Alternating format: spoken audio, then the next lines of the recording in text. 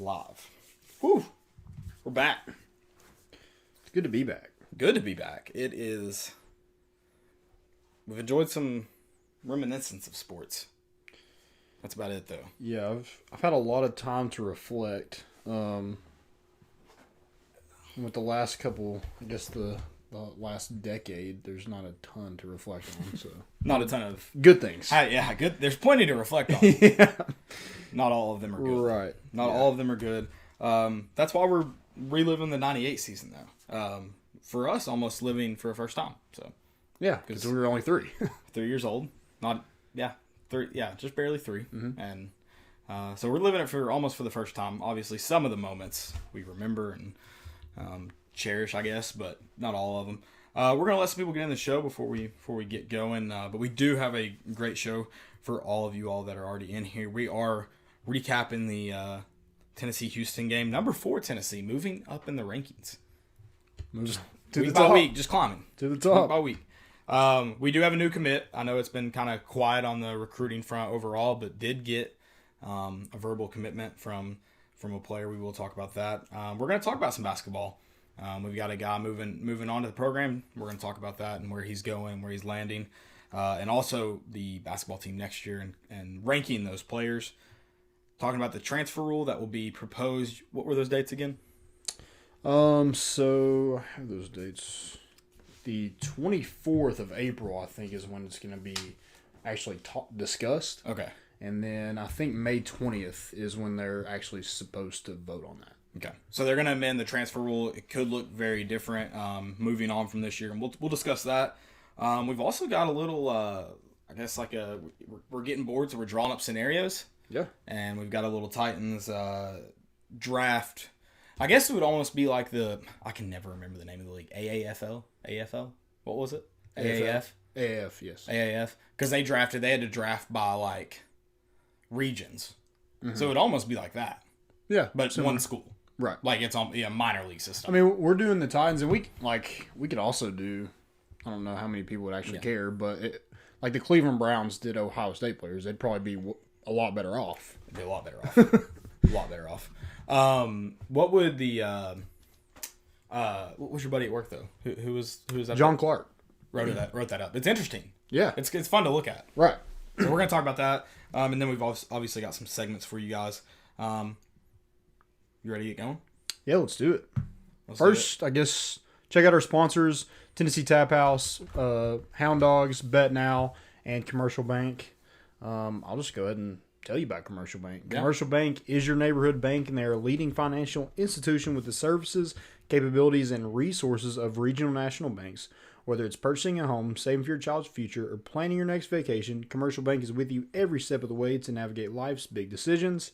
Life made better. Visit cbtn.com to learn more and find a branch near you. Guys, go check out the official bank of more important issues, Commercial Bank. Yeah, absolutely. Make sure you check out Tennessee Tap House, especially in times like this where we need to make sure our local businesses are well kept. And check out their Facebook page. I was just on it. They've got their whatever they're serving that day. I'm sure it's changing day by day, like most of the restaurants around here and businesses. But and all their beer selections, because they are able to serve curbside now. Mm-hmm. Make sure you go check out their Facebook though for all that info and get with them. And also, we're doing a giveaway. $25 gift certificate to Hound Dogs.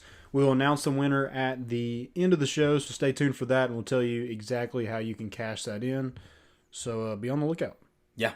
Stay with us. Stay with us. Also, drop any questions or anything. We're going to look... I'm trying to get on the Twitter right now. I'm going to be on Facebook. Kayla's going to be on YouTube and Twitter, so just throw some questions in there, and we'll... We're ready to talk. We're ready to talk. We love tangents, so anything that you want to throw in here, we'll talk about. If you think you can get our attention, just go ahead and drop it in. Go ahead and drop it in. I guess we're talking about the Houston-Tennessee game. Pay-per-view, baby. Pay-per-view. The first thing I noticed, though, about pay-per-view, I kind of appreciate it. You get more, stadium shots. Full stadium shots. Yeah. You saw a lot of it. It was nice. I noticed the first... It wasn't really, picture-wise, but I noticed Tim Priest called the game. I was like, man, I feel like I'm driving home from a game. He wasn't mad, at least. Typically, he's mad on that drive home. Yeah. Or not mad, but he's deflated. Yeah, I'm just He's very like, deflated. how old is Tim Priest? I don't know, honestly. He's got to be up there. Oh yeah, I mean, I don't have a good age on him though. Dude, he's got some. We talked about great calls with John Ward's call last week in the Florida. Tim Priest has some great ones. Yeah, He's got and it's all like always a jab at another, or maybe not a jab at another team, but it's great. could be a jab. Some of them. I mean, the Tease Tabor one was a jab. It was a jab. It was fantastic. Yeah, It's a fantastic jab. So yeah, Houston 3-8. So Tennessee we're moving up in the rankings, guys, in 1998 in our rewatch and bringing Houston to town. 3-8, not a very great Houston team. They did beat Memphis that year though, 35-14. I told you I thought it was 35-10. It was 35-14. So yeah, and that was Kim Helton was the coach and Tyson Helton was the backup quarterback for him. oh man, Yeah, I didn't catch that. Okay, yeah, he actually played a little bit at the end of the game in garbage time. there you go. Okay, gotcha. But yeah, they come to the game 0-2. Not a great team. No. I mean, they were not prepared to, like, their offense was not prepared for our defense. Right. I mean, on both sides of the ball, just dominant on the line of scrimmage. Dominant. And T. Martin played. Yeah. I mean, the first two games was a struggle because you played good teams. And it was his first time, starting those big games. And this game, he was just like, okay, I know how to do this. Like, it's on. And so this. And I think he started off 3 for 3, 4 for 4. Yeah, something like that. So he got going. He got in a groove early. Mm-hmm. So he ended 14 for 19 for 234 yards. The previous two games, he had a total of 16 completions. He had 14 in this game. So he's getting comfortable now. Right. We're getting comfortable. Yeah, this is the T we remember. Right. Yeah, we saw when he was comfortable. Right. Those are the highlights we've seen. So we're getting to see it happen now. No, yeah, that definitely. And then you had you talked about how the offense wasn't ready for the defense. The defense absolutely dominated the line of scrimmage, like not a chance. And then the offense was able to do that as well. Maybe it took a little while. I think it was our second drive of the second quarter when we had 2 false starts, and we call a timeout. Three false starts, and Fulmer gets in their asses. Yeah. I mean, and he's not even like screaming, Right. and that's more terrifying to me. And then they come out and just they go down dominant performance. I think they throw a long pass and it was incomplete, and then next play was a screen pass to Sean Bryson for like 63 yards to the house. Oh, that was the screen. Yeah. Yep. That was the screen. So yeah, just a dominant performance after a little slow start on that drive, especially. Dude, how good was that offensive line? Because we just running the football. I don't know how many rushing yards we actually had. We had definitely a dominant offensive line, but it also helped having the backfield we had. 334 yards. Yeah, rushing. It was a balance of a dominant backfield and a dominant offensive line. I know Jamal Lewis gets hurt. I think it's in the Auburn game, right? Does he get hurt in the Auburn game? I don't remember exactly which game. Look it up. But he's probably in the Heisman race at the end of the season if he doesn't get hurt. Right. And then you look at Travis Stevens, Travis Henry got a touchdown called back, and he still had 69 yards rushing. Right. So yeah, a dominant back, and Sean Bryson. Yeah, Sean Bryson, who was pretty much a running back that they got to line up every down. Yeah, they had the choice to line up every down next to another running back. So yeah, scary. We need to get back to that tradition. Just pound the football. Backfield. Oh yeah. Pound the football. I don't need it. Yeah, I don't need anything else. Yep. I mean, like we've talked about so many times, just games won in the trenches. Like that's how we won a national championship, just dominating the line of scrimmage. Mm-hmm. And we were just so loaded. I just think about defense, like all those Raynoch Thompson, Al Wilson, Eric Westmoreland, Darwin Walker, all those guys were just freaking dominant and went on to have good careers in the National Football League too. Right. And discussing some of the guys in this game, you have Al Wilson, who went out at the end of the first quarter, beginning of the second quarter, and was out the rest of the half. Did he? So he got hurt.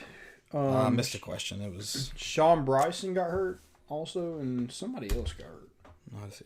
Steve Johnson. Okay. So and you're just able to replace those guys and keep rolling. And Yeah. I know it's Houston. I realize that, but And I didn't even notice until like halftime that Al Wilson wasn't even in for the rest of that first half. So I guess I didn't see him go out, but I picked up them talking about Al Wilson not being there and who was replacing him. So, but yeah, I mean, I know it's Houston, so that helps. But regardless, it's still it's still nice to be able to replace those guys and almost not skip a beat. Mm-hmm. So I'm sure it may have looked different next to a worthy opponent. So I'm sure it was good to kind of have not a week off, but not playing a top 10 team in the country. I'm sure that was a big relief, and I'm sure it was a big relief for T because he was just like, "Yep, this is my game." Yeah. Let me get some confidence when I'm not having freaking Javon Curse and Dwight Freeney come at me. Got to be reassuring. No, absolutely. Sorry, I'm trying to figure out when the injury occurred for Jamal Lewis. So did you notice there was another equipment violation? Beginning of the game, right? Yeah. Okay. I was like, did I hear there was an equipment violation? There was another one. That's what I thought. That was the emphasis, man, and they hammered that home. Yeah, and so what do we have now? 5 equipment violations, right? Yeah, none on Tennessee. None on Tennessee, 5. So we got to keep that. So we need our board here. So our equipment manager has to get a raise. Award. Yeah. So that's what we need to keep track. He's the Heisman winner of equipment managers. Yeah. 0. So yeah, do you have the board still? We need to get it back out. I should. Yeah. We'll have to get it. We can get it Sunday or Wednesday. Today's Sunday. I didn't do the intro. Oh my gosh. You got to do it now. Reddit to do and welcome into more important issues. It is Sunday, April 12th. We're getting weird, man. It is the. No one says it's like I read a tweet. It was like, yeah, in the South, it's just called weird times right now. Oh yeah, it's weird with everything going on. Yeah. So yeah, going through that, I definitely sorry guys, I messed up. But we'll do that Wednesday. We'll start keeping the running tally. So it's 5-0, right? Tennessee's up. 5-0, yeah. Or I guess up in we're golf. You don't want as many.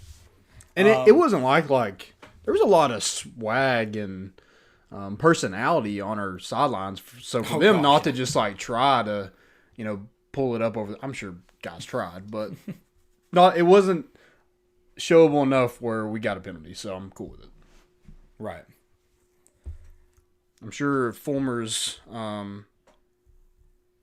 punishment for that would not have been something that you actually wanted. So. Oh no. After watching Fulmer chew out the offensive line there, yeah, I don't want to deal with that. Nope. So we held them to 99 yards of total offense. It was the Auburn game. Sorry. Okay. Yeah. That it was in a long article, so it took me a minute to find it. Yeah. So yeah, held them to 99 yards rushing or 99 yards of total offense. We had 322, and we had negative. They had negative 3 yards rushing. Negative 3.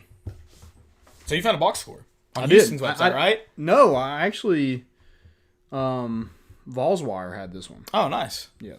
Cool. That's good. Yep. So I found this one. So we had 25 first downs. They had 16. We had 255 yards passing. So that 322 is not correct. Maybe this was at halftime. Gotcha. Yeah, this was definitely at halftime. 99 yards of total offense at halftime. Because they had 239 total. So they had 39 yards rushing at the end of the game. They had negative 3 at halftime. Gotcha. Okay. So regardless, 39 yards. Right. Yeah. And negative 3 at halftime. Negative 3. How does it even happen? Well, Landon, you see. But you go backwards 3 yards. Just run into your lineman. You at least get back to the line of scrimmage. No, you bounce right back off. I've seen it too many. Look at Mark Sanchez. That's true. Good Lord. Are we comparing Houston's offense to the butt fumble? I mean, it was about that bad. It was pretty bad. It was fun to see it was fun to see a Tennessee team dominate again.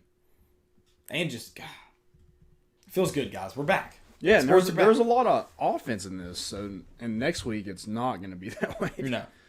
But we did get to see Bernie Veazey. Or Veazey. Yeah.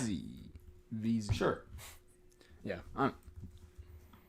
What's weird is like they talk about how good of an athlete he is when he comes in the fourth quarter, and I mean they just hand the ball off, which I guess that is fine, but they don't really run any of their offense. They do let him throw one time and it's a touchdown. I was about to say, yeah, there was a he throws it to tight end Finlayson. Is that right? Finlayson. 270-pound tight end. He's number 96. He's a freaking offensive lineman. 270-pound tight end. He had good feet, man. He tiptoed. It was a dominant touchdown. Yeah, it was a good play. It was. It was a good pass. Yeah. Good. But then, like, I didn't really know who Bernie Veazey was. No, I don't know who that is. So I guess he just stumped me when you asked gets me about lost in the fold after that.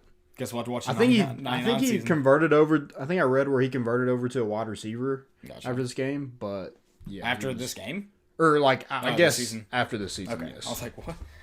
From second string quarterback to this is like some NCAA stuff. Yeah, because next year is T again, so I guess he wouldn't play, and then the year after that is the Iceman. The Iceman, all the way from California. Yeah, man.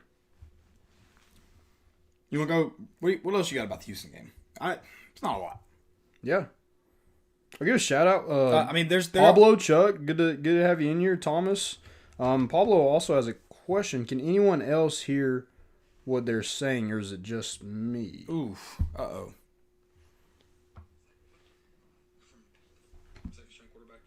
I can hear it. Okay, good. We're good.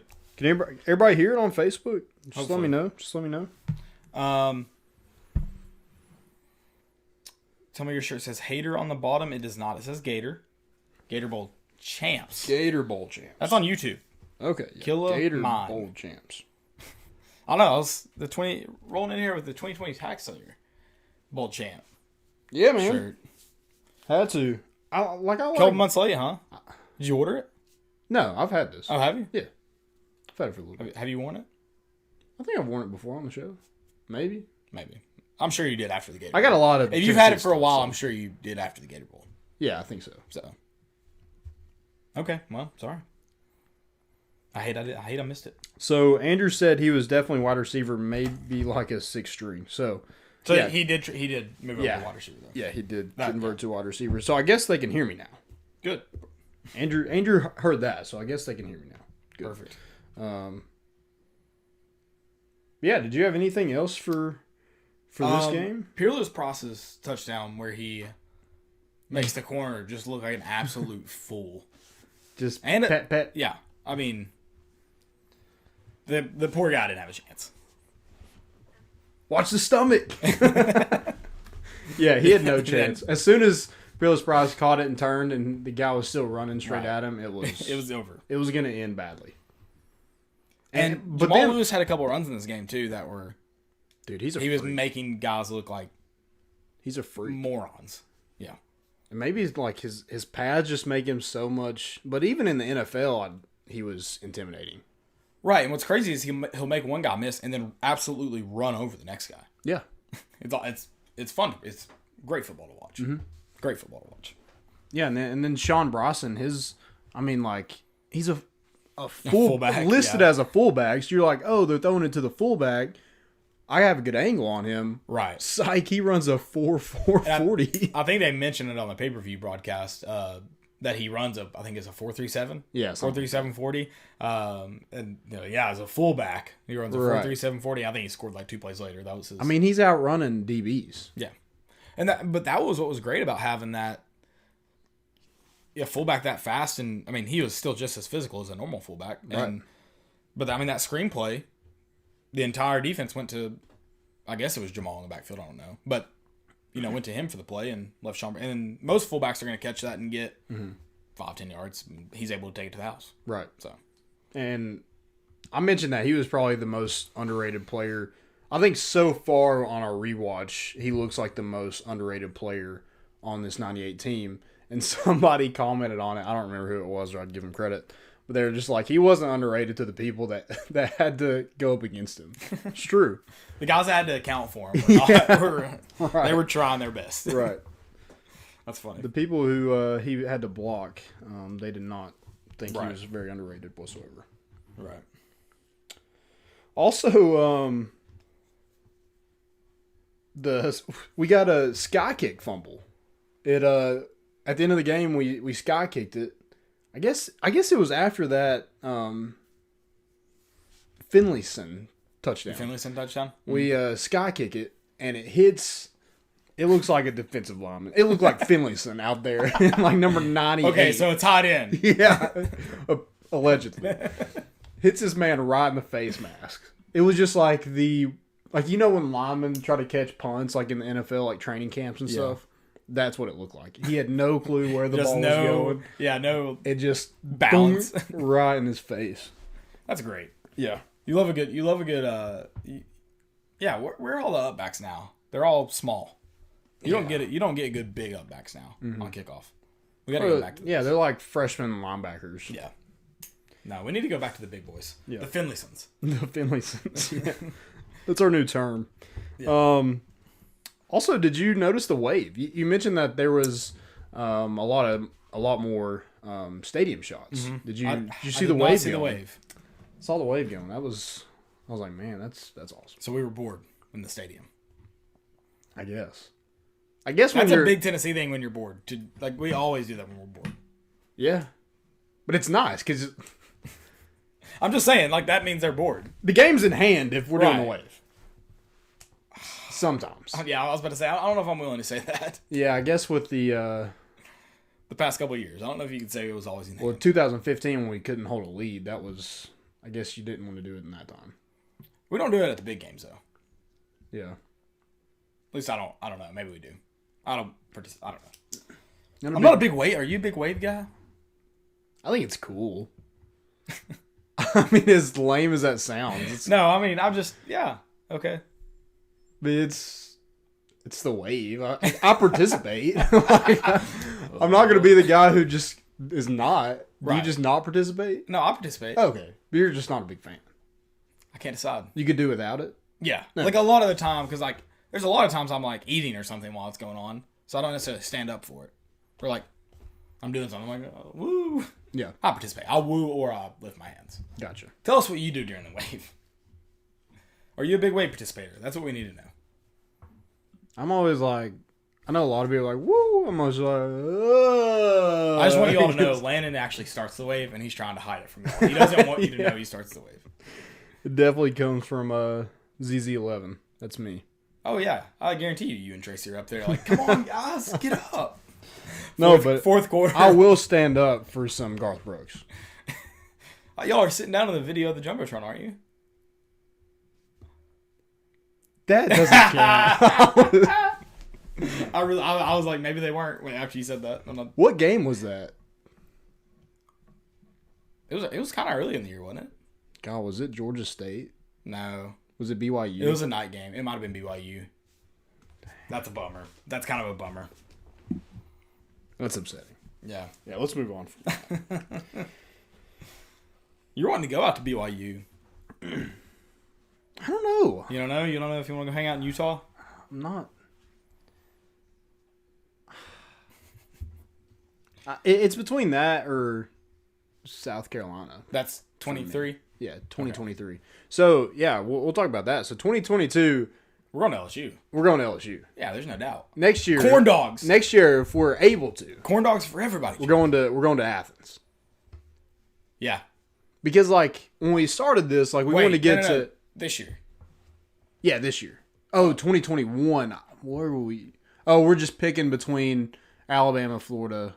Yeah, that's to be determined. Yes. TBD. Okay. But 2020, if the season happens. We're going to Athens. Yeah. That's the weekend of the Masters, I'm pretty sure. Yeah, that's correct. It should be the weekend. This weekend. Right. Right? No? Or last weekend. Was it? Last weekend.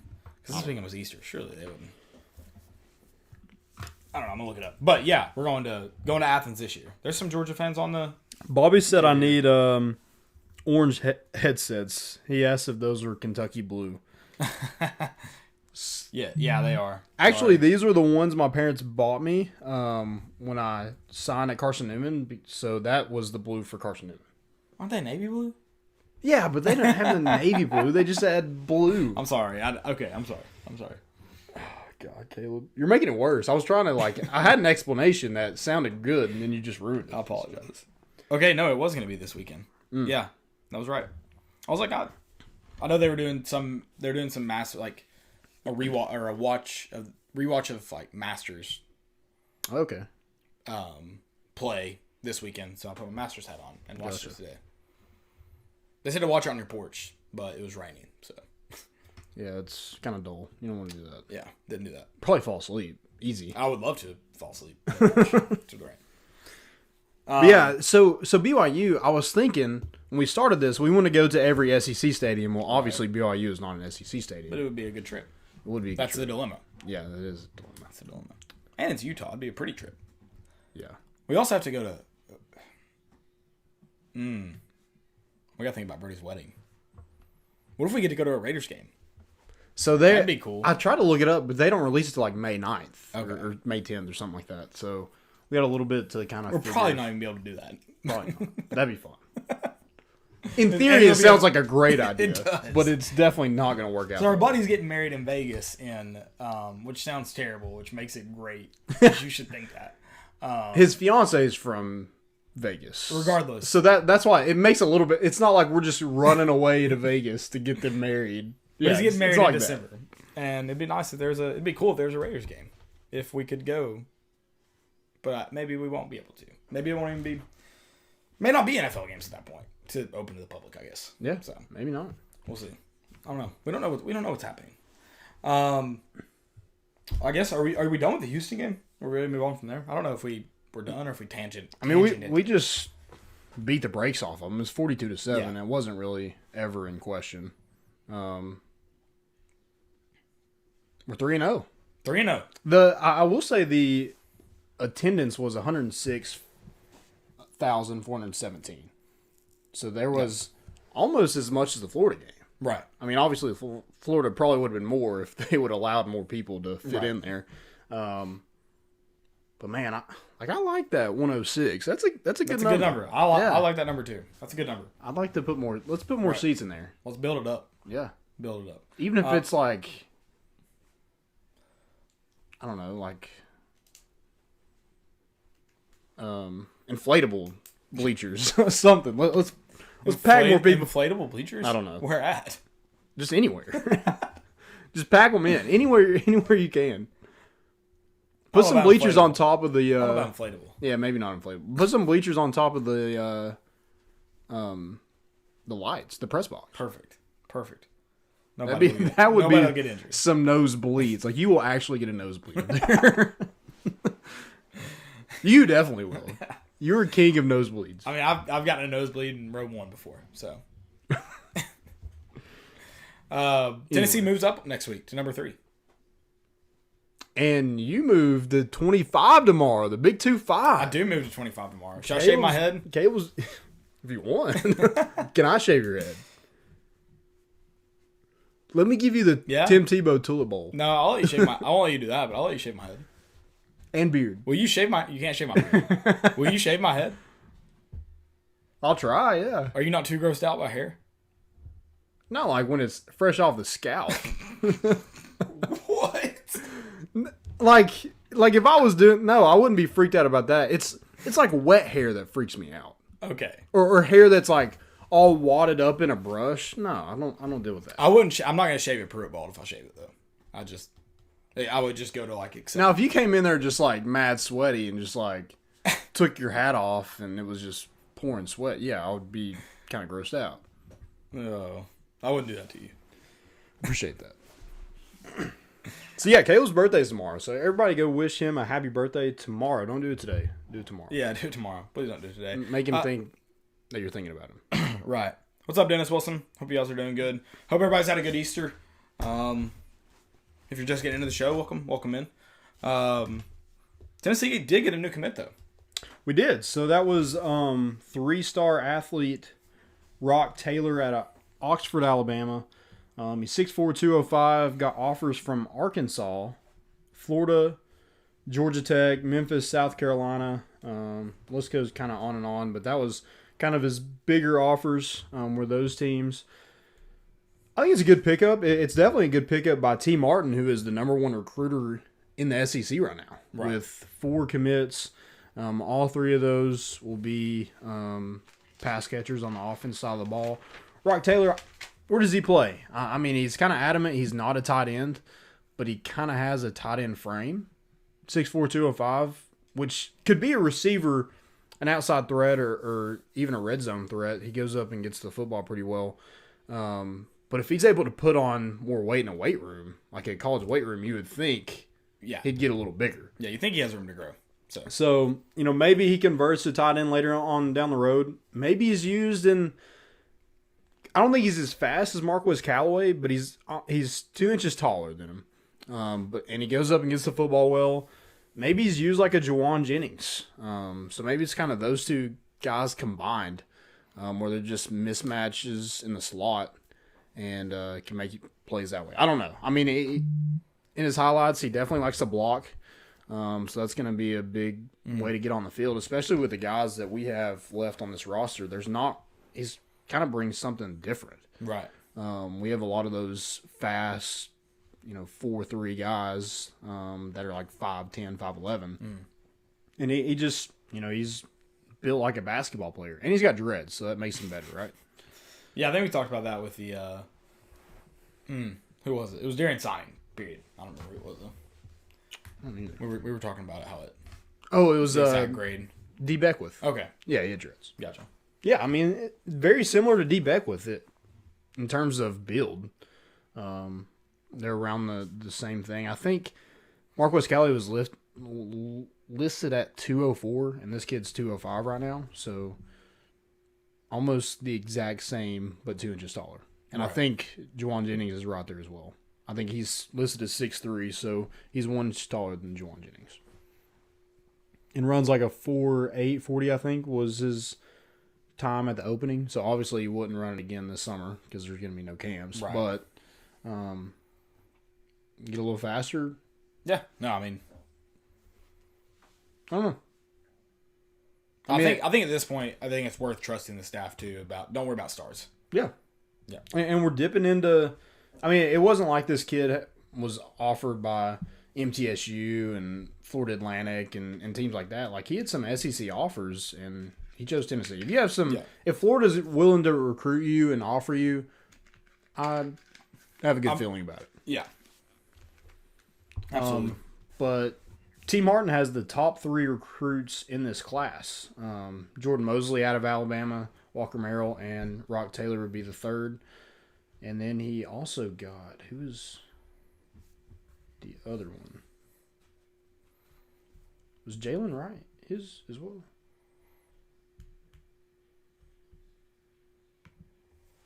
I don't know. Not sure. Yeah. But he's number 9 in the T. Martin's number 9 in the country in terms of recruiting.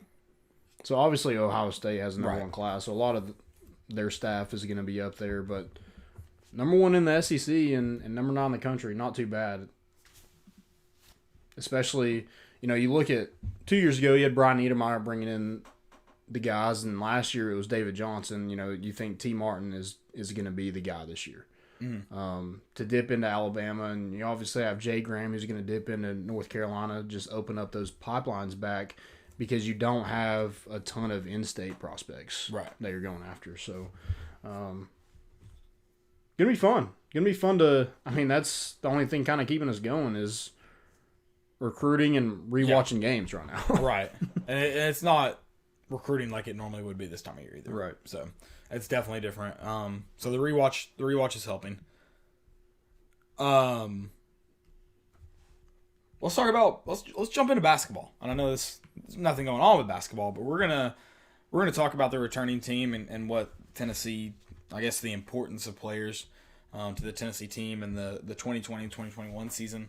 But before we do that too, I want to talk about Jalen Johnson. Yeah, announcing his where he's landing. He's going up to ETSU. I don't know much about the ETSU team and what they look like. I know they lost several seniors from this team that would have been in the NCAA tournament, and a lot of people had them, pegged as moving on in the tournament. Yeah. So I don't know. I know they lost several seniors, but I don't know what they lose. But I think I like this landing spot for Jalen Johnson, just because of the level that he's going to get to play at, and with them losing, I'd imagine they're losing a couple guards. So I think he's going to have a chance to come in and play immediately. I think this is a good landing spot. Yeah, I think so too. It's not that far away. I think he's from North Carolina. I think he's from Durham. So it's going to be closer to home for him, and then obviously not that far away from Knoxville. And you go and play for a great head coach in Steve Forbes. Right. In a program that's been, a great program that's, it's lower level in terms of like conference-wise and things like that. But it's been, a competitive program against pretty much anybody they've played. Yeah, they're competitive with Kansas this year. Yeah. So, and they get it, and he still gets a chance to compete at the same level, but you don't necessarily.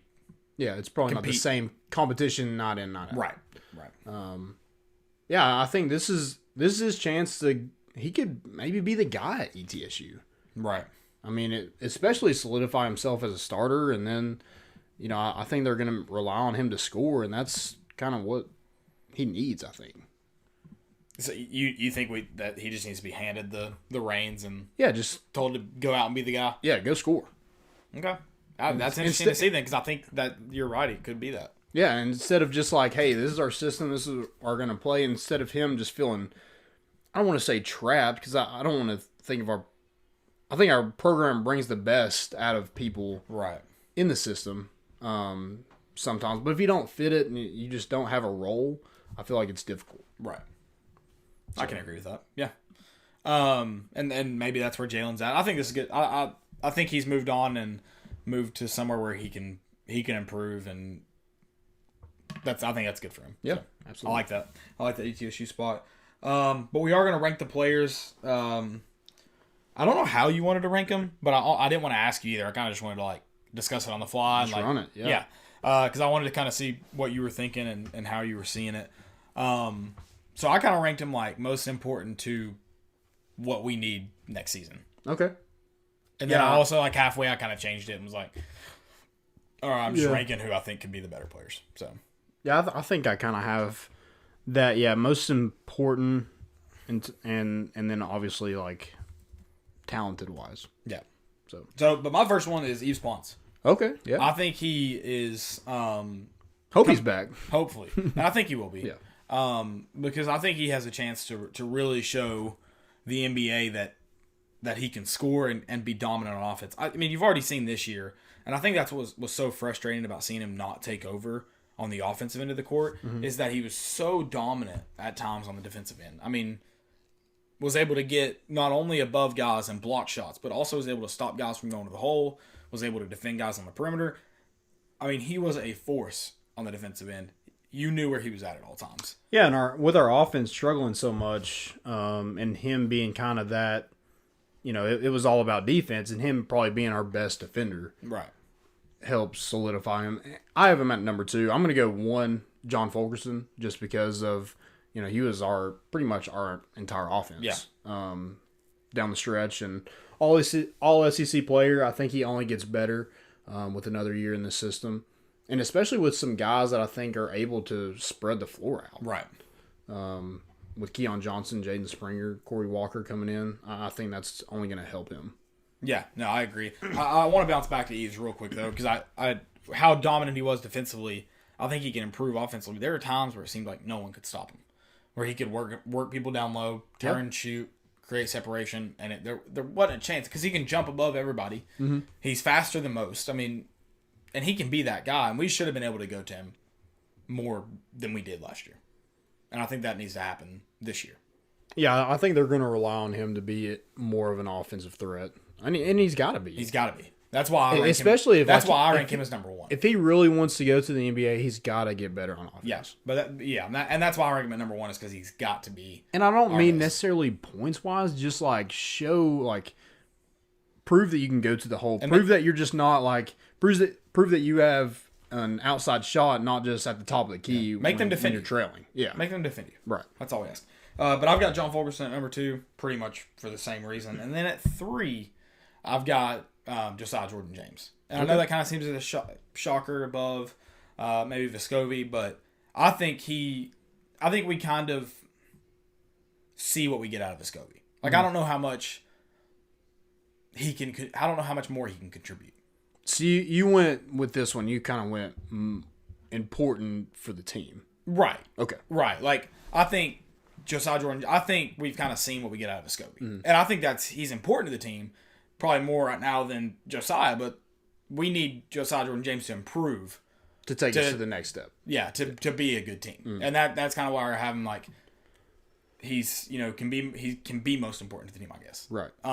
But if he can improve, because he's a guy who he can register stats in every category. He's long. He defends really well. He can penetrate, so he can get assists. He can go to the hole and score. I mean, he can register every stat, and we need him to do that. Yep. Consistently. I have Santiago Vescovi at 3 just because he was our only willing guard that went to the hole. Yeah. And he was our primary ball handler, and he didn't even have a single, like, he came in mid-season almost. Yeah. Yeah, and he didn't even have, like, an off season to get ready, like, conference play was his first game. Yeah, some of these freshmen, like, he was thrown into LSU, like one of the toughest teams. I'm not toughest, but top. Yeah, three. one of the top teams in the SEC for sure. And he was thrown in there and performed well. So I think with a off season of him just getting better and being able to learn the system, not just on the fly, is Right. going to help him. I think he gives us a lot of what we saw from him, but I think it just only gets better. Right. Like, I feel like he's going to minimize the mistakes. He's going to become more of a scoring and passing threat. I think he's a good scoring, but, like, I don't know. He makes a lot of mistakes when he's, like, I think he gets caught up in should he pass or should he go to the hole. Like, so I think that's being in the system for a whole off season is definitely going to help him. Oh, absolutely. I agree. And even if he's not on campus, he is like, he's been in the game, so he can. Right. He has an idea of what he needs to work on. Right. So he's number 4 for me, Santiago Vescovi. And then at number 4, I have Kumwa, just because I think number 5. Sorry, number 5 Kumwa. I just feel like he has more potential than Urosh to be our big man, and he's got to improve. Yep. And I just feel like he has a better chance. He showed flashes at time of being able to make some really good moves, and I think he defends pretty well. He fouls quite a bit. But that could be just due to being a big body, and when you see bodies flying in there, you're usually looking for the biggest one or the strongest one when it bounces off. So that could be part of it. But, I mean, he does have to cut that down. He has to find a way to get in better position and do things better defensively. But he was a presence at times in there. He was a liability on offense and at times a liability on defense. Yeah. He's also my number 5. I didn't go number 4. Number 4, I have Josiah Jordan James. I just think he has to get more comfortable. Yeah. He just looked like at times you saw the 5-star ability, and at times like he just seemed lost on the court. Right. So yeah, just getting more comfortable, because I think he has the intangibles to be a great. He is the physical attributes for him versus Vescovi. Like it's Josiah Jordan James every single time of the day. Right. But it's just his willingness to. And being comfortable in the system, and just did not feel that way last year. Yeah. But yeah, number 5, I have Kumwa. Also have Devontae Gaines. Okay. Because I think with returners with John Fulgerson, Eve Spawns, you kind of have your starters. But with it being so guard heavy, I think we're going to be playing a lot of small ball. Does Devontae Gaines get some work? Maybe not as a post player, but like a. I think he could register a lot of defensive minutes in 2020. Yeah. 2021. Yeah, absolutely. So. Because you saw a lot from him defensively. He's just small. Like him being in the weight room is gonna do him wonders. Oh yeah. Because I think the basketball IQ and the overall ability is kind of there. Right. Obviously it's gonna get better. Yeah, but it's just him being little, just a twig. Right. And with Kumwa, he just just be reliable, because he's gonna be coming off the bench next year anyway. So, can you surpass Urosh? Right. Because I don't think either one of them solidify themselves as a reliable option. No, So who's gonna step up this offseason and be that guy? Yeah, no, because absolutely. like you said, Kumwa, like there was times that he flashed and like, okay, this guy could be a Grant Williams type. Like an undersized post player that is just dominant because the way that he plays, and then other times just looked really, really rough. Yep. Really rough. Yep. Yeah, it didn't seem to get better as the season went on. No. With him, No. which is not a good thing. Right. It sucks that they're not going to get a full offseason like they would have if right. everything was that's normal. It's going to be interesting to see how people improve and teams improve this year. The football and excuse me, this weather has me so tired. I don't know about you. I wanted to sleep all day. Yep. But yeah, it's going to be interesting to see how all teams improve during this offseason. So, I think having talent, which I think we have a lot of talent, it's going to take us farther than it probably would, since people just don't have that time to work. Right. Yeah, we'll see. Absolutely. I'm excited for this. I'm excited for the next season. Very excited. Yeah, I'm just in the back of my mind. I'm just like, we're putting a lot of stock into some freshmen. Yep. It's scary, but it's also like freshmen that we've never had before. You've never had this level of talent. Right. So hopefully it's better. Hopefully. We'll see. Hopefully. I'm relying on hope. That's all we can right now. That's all we can. With everything. Right. That's all. Yeah, absolutely. The NCAA transfer rule is being looked at. Yeah. Is it is the Big Ten lobbying for this? So I think the ACC. So I think the Big I think both of them kind of done that, and I think both of them have said that they're not gonna block transfers. Gotcha. I know the Big Ten has. Okay. Like even within conference? Yeah, I don't. Oh wow. It's gonna be interesting to see when a Michigan guy goes to Ohio State. Yeah. That's my thing with it. Like, how do you? Like, there's got to be some rules and regulations with that. So we're talking about the NCAA Council. They're going to discuss the one-time transfer rule on April 24th, and we'll vote. I think it's May 10th. I think Kendall Rogers had that from D1 Baseball. Okay. He had some guys looking at that. But I think the question is, like, when you're voting on this, who is it? Who are we, like, what is college sports about? Is it about the coaches and the NCAA, or is it about the players? Right. And if it's truly about the players, this is easy. It's an easy vote. Right. Because, like, these kids are making a decision at 17, 18 years old, and, we're saying that they're punished because they go to the school thinking they're going to play, they don't play, or for whatever reason. Right. But I think it's going to be good. You give them the option, the choice to do their career however they want to do it. Right.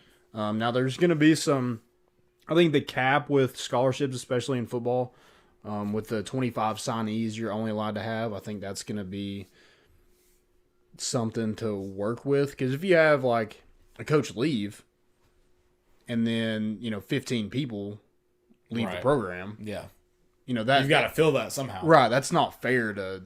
Right. So you could have maybe 35 incoming freshmen. Okay. So you think they're going to have to look at that? I think so. Yeah. Okay.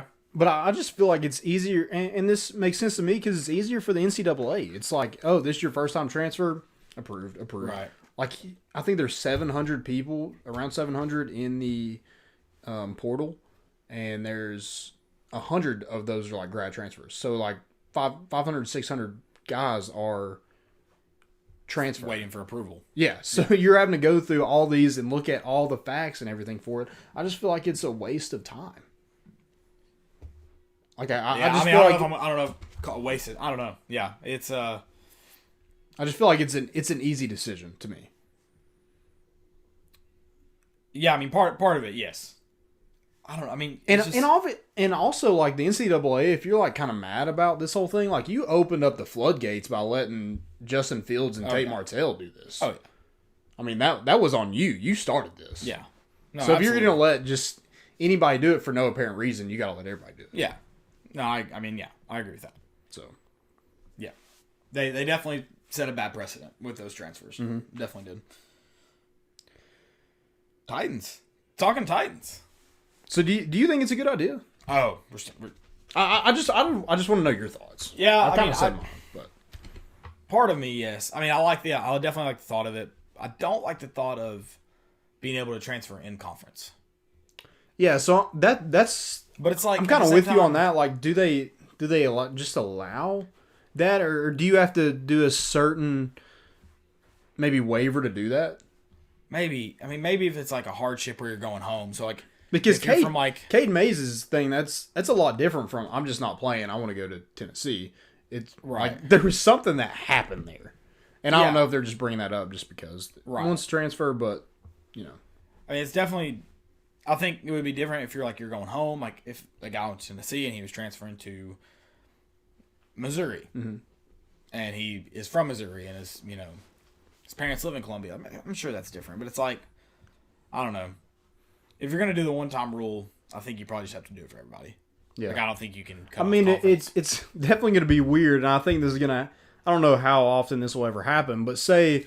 who do you think our best player is next year? Well, it's just Eric Gray. Eric Gray, okay. Yeah. So Alabama loses their starting tailback, and they try to get Eric Gray to transfer, and he transfers. Yeah, I mean... Like, that's where I think there needs to be some sort of, like...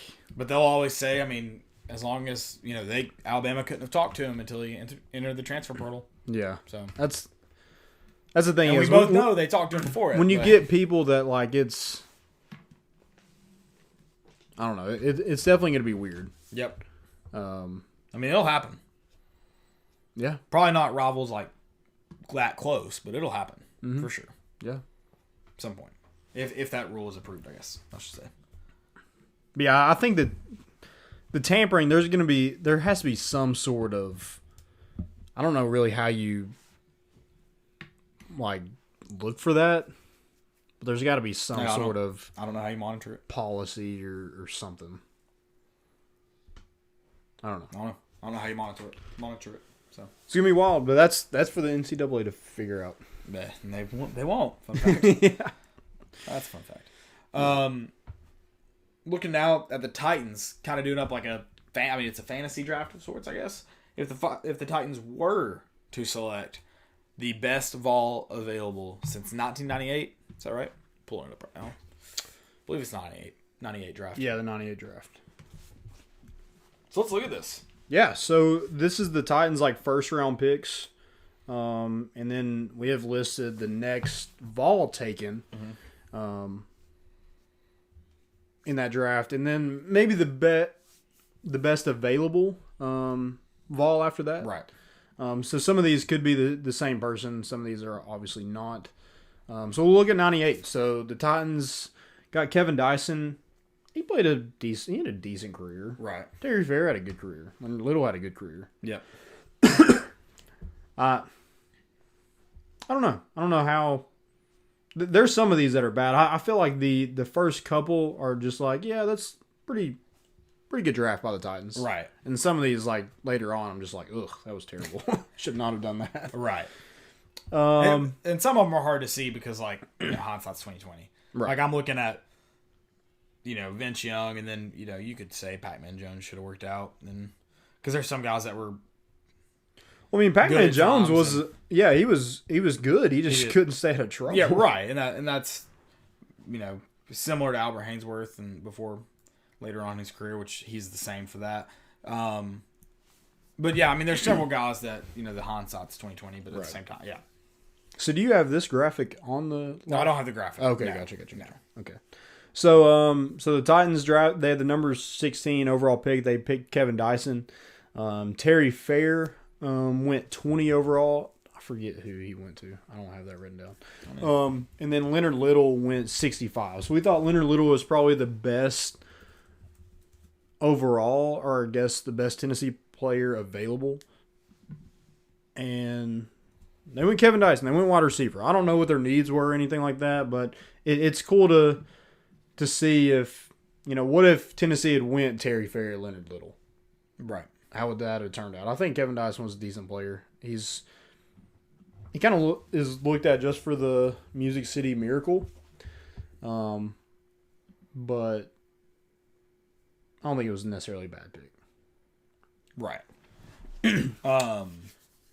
Terry Fair went to the Lions. Okay. And then Little went to the Rams. Yep. And then 1998, the Titans had the 16th pick again, and it was Javon Curse, who was probably going to be a Hall of Famer. Right. The freak. Then, obviously, the next Tennessee player that went in the draft was Al Wilson at 31 to the Denver Broncos. And we thought the best available player was definitely Al Wilson at that point. Yeah. So, Al Wilson or Javon Curse, I think you can kind of... I think they did well with Javon Curse. I think that was one where I didn't really disagree. No. 2000, you had Keith Bullock, who we watched play for the Orange. Yeah. Was picked number 30 overall, and then the next Tennessee player available was linebacker Raynoch Thompson with 41 overall, and then Chad Clifton was probably the best available. He had a great career with the Packers. He went 44th overall. I think Keith Bullock, you got to go with Bullock. No, yeah, you can't disagree with that. Yeah, that pick. That dude was a monster. And then the 2001, they actually traded their number 12 pick to the St. Louis Rams. The next player that went from Tennessee was Travis Henry, went 58th overall. So I don't even know who ended up going in that spot. Yeah. But 2002, you had actually they did go Vols here. They did. They go Albert Hainsworth, the defensive tackle at number 15 overall. Obviously, he was the one to go, and obviously he was the best available player. Right. And then 2003, you had the Titans had the number 28th pick, and they go Andre Woolfolk. Woolfolk? I don't know. How do you say that? Woolfolk. I don't know. Woolfolk. Yeah. There you go. And then the next Tennessee player that won the draft was Eddie Moore, the linebacker. He went 49th overall. And obviously the best Tennessee player available was Jason Witten.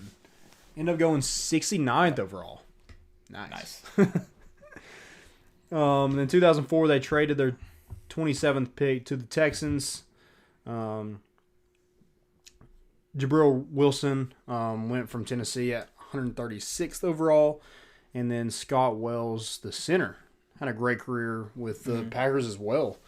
Went 251st overall. So that was our best available player with Scott Wells. Hindsight 2020, maybe you don't go a center, but I mean he had a great career. Right. So right. I think this is when we start looking just like, oh, they should have went.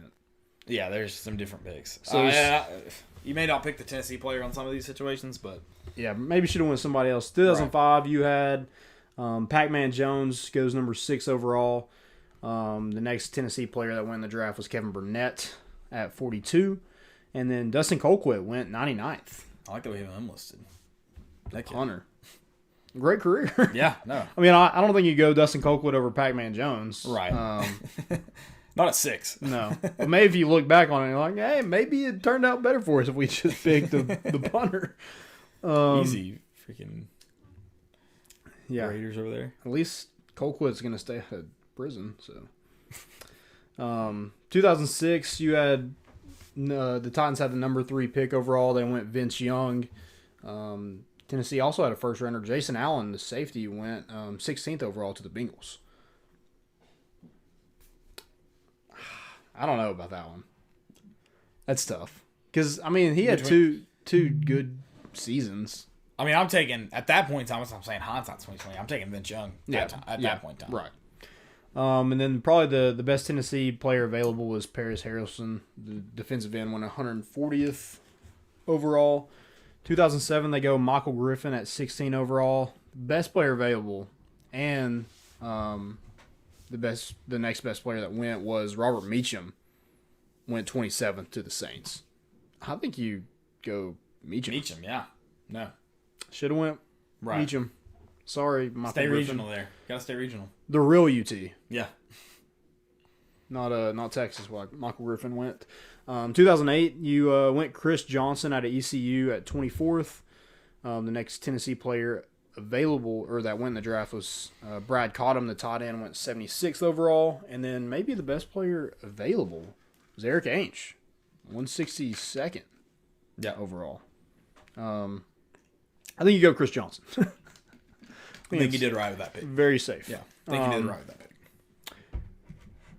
And then this one, I think if we had any Tennessee player that win the draft, I'd probably pick them. But 2009, you go Kenny Britt, the wide receiver. And Tennessee didn't have anybody drafted in this draft. Arian Foster was probably the only one out of that class that made a good career, and he went undrafted. Yep. 2010, you have Derek Morgan, went 16th overall to the Titans. Dan Williams, the defensive tackle, went 26th overall. And then probably the best player available was probably Dan Williams, or you could throw in Montero Hardesty, went 59th overall. In this one, I don't know. Maybe you go Dan Williams. You went defensive lineman, so I guess you could have. Yeah. 2011, they had the 8th overall pick, and they go Jake Locker, which is probably the biggest bust in Titans draft history. Yeah. I'm taking Tennessee's best available. I'm going Denarius Moore there. I don't know about in the first round, but So Luke Stalker go 104th was the next Tennessee player that won the draft, and Denarius Moore went 148th. It's probably the best. Yeah, definitely. Either one of those is a better pick than Jake Locker. Right. I think even that probably at the time. You can't even sell Jake Locker jerseys at freaking Ross right now. $6.99. Yeah, it's awful. They'll pay you $6.99 to take out the store. Yeah. Gosh. I mean, I'm sure people would. Maybe you could just hey, free toilet paper. It's Jake Locker jerseys right now. I'm sure people go nuts over that. There you go. 2012. They have the number 20th pick. They go Kendall Wright. The best player available, and the next Tennessee player available was Malik Jackson. Maybe it didn't look like a bad pickup. 137th. Yeah. You think Kendall Wright? Yeah, man, probably. Over Malik Jackson? Yeah, probably. Okay. Then, yes. Right. Now, I don't know. Right. Yeah, now I'm probably taking Malik. Yeah. So. 2013, they go Chance Warmack out of Bama. They're not great. And then Cordero Patterson was the best player available at Tennessee and was the next Tennessee player drafted. He went 29th to the Vikings. Yep, taking Cordero. Absolutely. Easy pick. Mm-hmm. And then 2014, we just went to 2014 because that's when Tennessee kind of stopped having players drafted. So 2014, you had the Titans pick Taylor Lewan, 11th overall. And then Tennessee also had some good offensive linemen in this draft. You had Juwan James go 19 overall to the Dolphins. And then Zach Fulton went 193rd. So both those guys were getting paid. Yeah. Both had great careers in the NFL. Right. I mean, if we're just looking on paying, I think you go either one of those guys over Taylor Lewan. At least they're not annoying. Right. Taylor Lewan is very annoying. Yeah. You're right about that. But yeah, if you, like Zach Fulton, look at his contract of what it was. And Taylor Lewan, you have to pay him a lot of money because he went 11th overall. Right. So yeah, I think that was cool to just look at, like, what if they just went the hometown kids and just picked them. I don't think you necessarily been worse off. You're probably not worse off. Yeah. You're probably not. No, it actually may end up pretty good. You're right. Yep. You're right. Segments. Also, I've noticed, like, Titans are, like, in the middle. They're always, like, middle or bottom half drafting. Yeah. Only a couple times. Vince Young and Pac-Man Jones are the only time I remember them in the top 10. So, right. I guess that's good. Overall, at least on borderline playoffs. Right. Playoffs. Segments.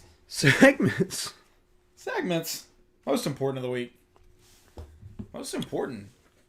I have Hard Knocks. Are they doing 2? Did they announce it? It looks like they'll feature the Rams and the Chargers. Oh wow, okay. If there's a training camp, If there's training.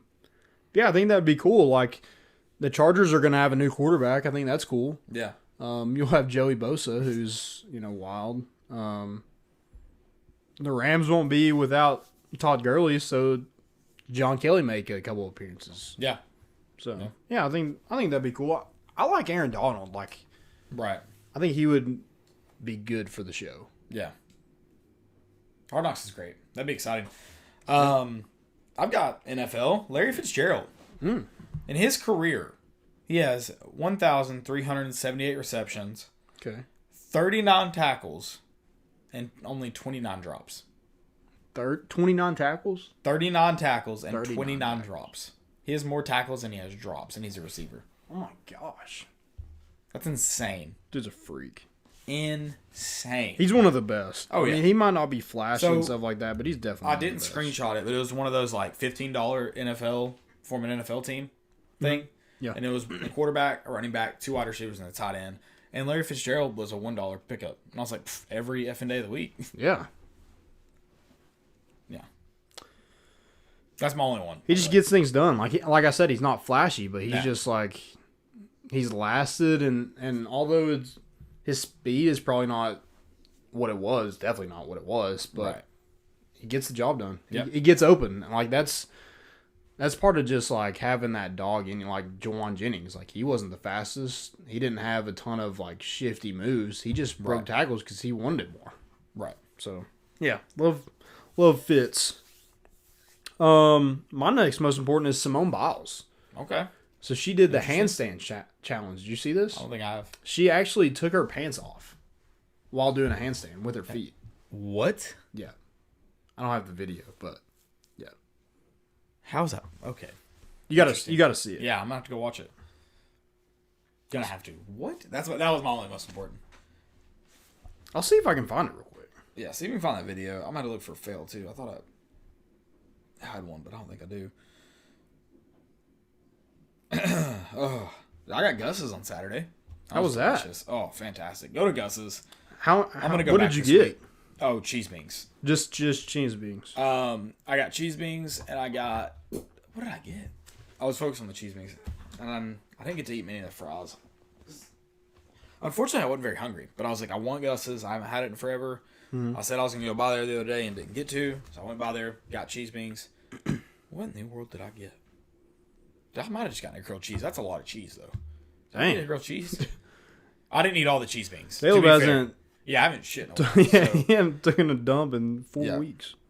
4? 4. Yeah, it's gonna be 4. Hasn't yet. Did you find that video? I'm trying to find it. It took me to CNN, so it's no telling what it's actually gonna do. Do you have a fail of the week? Yeah, I do actually. It was Bubba Wallace, VFL. VFL. So he rage quit at a virtual NASCAR race. That's awesome. Because I think he wrecked, and his like outburst was so bad he actually lost a sponsor because he quit. Like his sponsor was like the virtual esport race, right? And he lost them because he quit.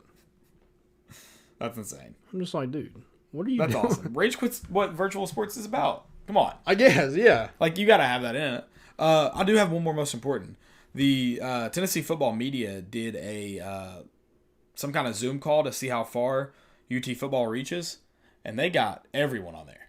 Did you see it? Dude, that was awesome. They had Grant Williams on, obviously T. Martin. They had, at the end they get LL Cool J on. Big boy, they had Kevin Hart. Kevin Hart is on for like 5 minutes and won't shut up. Yeah, it's awesome. It's like peak Kevin Hart. Niedermeyer's like, Kevin, you got to get the most famous person. And he's like, oh, you know who that is? My ass. Yeah. It was good. It was good. I'm trying to remember who all was on there. Peyton Manning. Peyton, Brad Paisley was on there. Glenn Jacobs, Thomas Rhett. And his wife. Taco Fall made an appearance. Yeah, Taco was on. Chris Paul. Yeah. Darius Rucker was on there.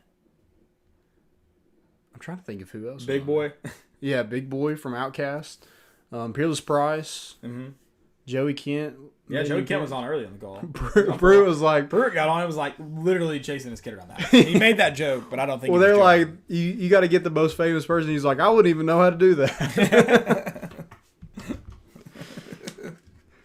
It was a great phone call. That was awesome. It was cool. That was not a fail. That was most important. That's all. Those are the only ones I have. Oh, excuse me.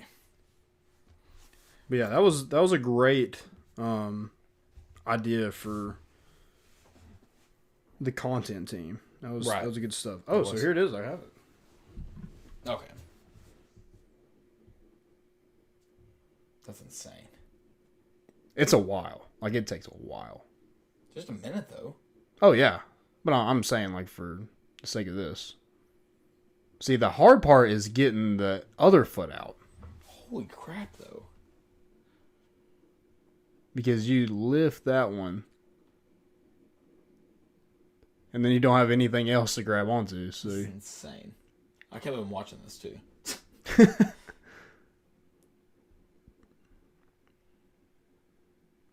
Oh my gosh. Come on. This is like watching the 40 game.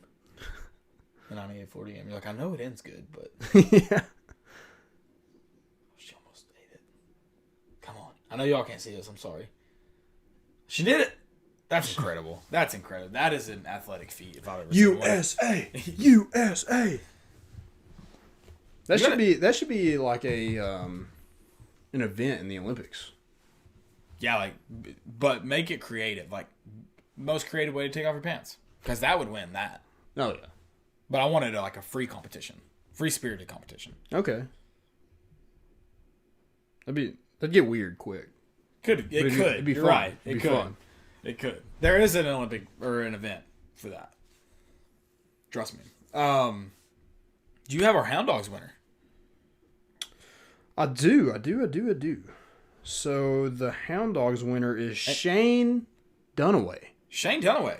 Come on down in the next 7 days. Yeah, so email BobbyC@volunteerroadshow.com or Billy Ratliff at volunteerroadshow.com to claim your $25 gift certificate to Hound Dogs. You got to do it within a week. And make sure, guys, you sign up for an account at Volunteer Roadshow. Make sure you sign up for an account. You can see all the content for free, and then you get automatically entered to win the drawing. Yeah. So make sure you do that. Absolutely. Yeah, go check out their website. Go check out their writers, their articles, and different stuff like that. Go check out our Twitter at More Important Issues, and then you can check out our personal accounts. We tweet some stuff. Sometimes. Yeah. I haven't tweeted much with this. I haven't been on Twitter as much. Somehow. Yeah, that's weird. That's all I'm doing. Yeah. I don't know how. I've avoided it, but I have. So. Now that's all I've got, guys. Thank you all for listening. I hope you guys had a very happy Easter. No, it was kind of a gloomy day, but hopefully the people in your house, they're social distancing. You spent it with loved ones. I hope you guys had a great time. We will be rewatching the Auburn game, talking about it on Wednesday. Yeah, go check it out. Watch it with us. We'd love to get other people's input and have a whole big thing of some positivity. Right. In these weird times. Yeah. That's all we got. We're bringing the boat in, and we out.